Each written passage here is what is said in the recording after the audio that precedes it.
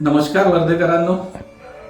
गेल्याच आठवड्यात देशाचे पंतप्रधान माननीय मोदीजी वर्धेमध्ये विश्वकर्मा योजनेची वर्षपूर्तीसाठी आले होते आणि त्यांनी स्वावलंबी मैदानावर एक मोठ्या सभेला संबोधित केलं आणि एका मोठ्या प्रदर्शनीचं उद्घाटन सुद्धा केलं.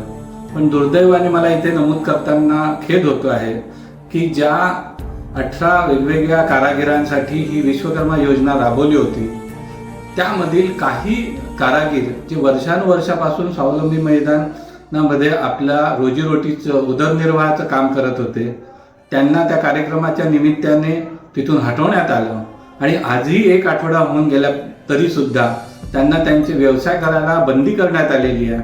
त्यांना कुठल्याही प्रकारचं काम करू देत नाही आहे आणि ते लोक आज देशोधडीला येण्याची वेळ आली आहे.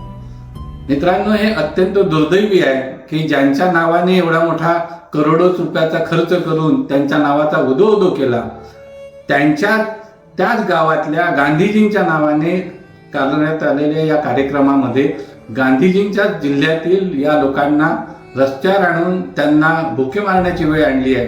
ही प्रशासनाची आणि सरकारची अत्यंत निंदाजनक अशी कृती आहे. आम्ही याचा निषेध करतो आणि ताबडतोब मागणी करतो की वर्षानुवर्षापासून जे लोक काम करतात त्यांना पुन्हा एकदा त्यांना चांगल्या जागा द्यावा, त्यांचं जे नुकसान झालंय ते भरपाई द्यावी आणि त्यांना रोजीरोटीला पुन्हा एकदा रोजगार मिळवून द्यावा ही आमची आग्रही मागणी आहे.